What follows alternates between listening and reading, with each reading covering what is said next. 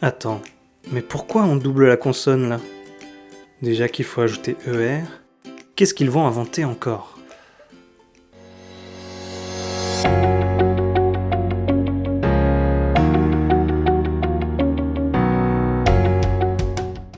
Lorsque l'on ajoute ER, ED ou ING à un mot, on double la consonne finale si le mot se termine par une seule consonne précédée d'une seule voyelle, et pour les mots qui ont plus d'une syllabe, si la dernière syllabe est accentuée.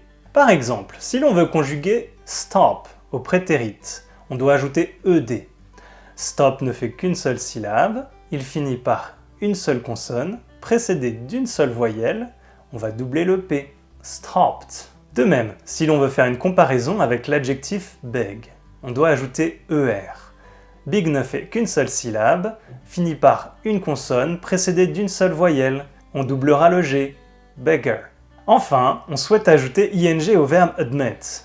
Ici, le verbe fait deux syllabes, mais on dit bien admit et pas admit. La dernière syllabe est accentuée. Avec une seule consonne à la fin, précédée d'une seule voyelle, on pourra doubler la consonne finale.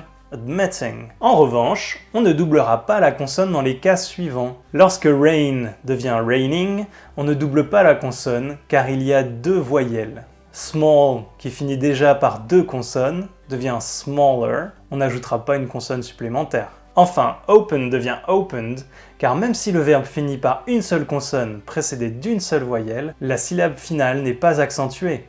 On dit bien open et pas open. À présent, entraînez-vous avec les exercices suivants. Conjuguez les verbes suivants au prétérit, mais attention à l'orthographe.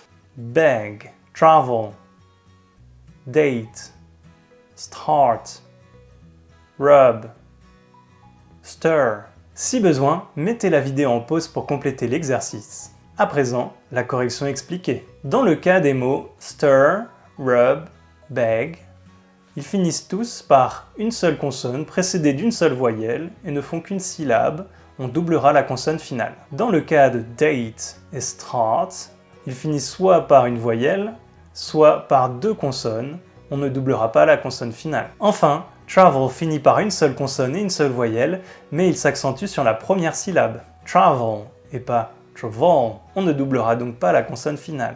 Attention, au Royaume-Uni, travel s'écrit avec deux L. C'est une différence d'orthographe avec les États-Unis. À présent, ajoutez ER aux adjectifs suivants. Thin, old, large, fat, slim, long. Si besoin, mettez la vidéo en pause pour compléter l'exercice. À présent, la correction expliquée. Les adjectifs thin, slim et fat finissent par une seule consonne précédée d'une seule voyelle, on doublera la consonne finale. Les adjectifs old et long finissent par deux consonnes, on ajoutera simplement ER. Dans le cas de l'adjectif large, il finit déjà par une voyelle, E, on ajoutera un R. Maintenant, ajoutez ING au verbe suivant. Hunt, hug, prefer, remember, commit, panic. Si besoin, mettez la vidéo en pause pour compléter l'exercice. À présent, la correction expliquée. Avec hug, on double la consonne finale puisqu'il finit par une seule consonne précédée d'une seule voyelle. Hugging. Hunt finit par deux consonnes, on n'en ajoutera pas plus. Prefer et commit finissent tous les deux par une seule consonne et une seule voyelle et sont tous les deux accentués sur la dernière syllabe. On dit prefer et pas prefer. Commit et non commit. On pourra donc doubler la consonne finale. Remember, en revanche, finit bien par une seule consonne et une seule voyelle, mais n'est pas accentué sur la dernière syllabe. On dit remember et pas remember. Enfin, panic est une exception. Lorsque l'on ajoute ing à un verbe qui finit en C, on doit ajouter un K.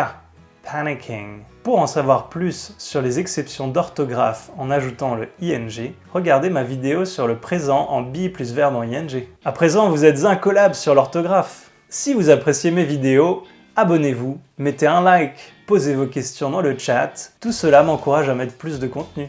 À bientôt!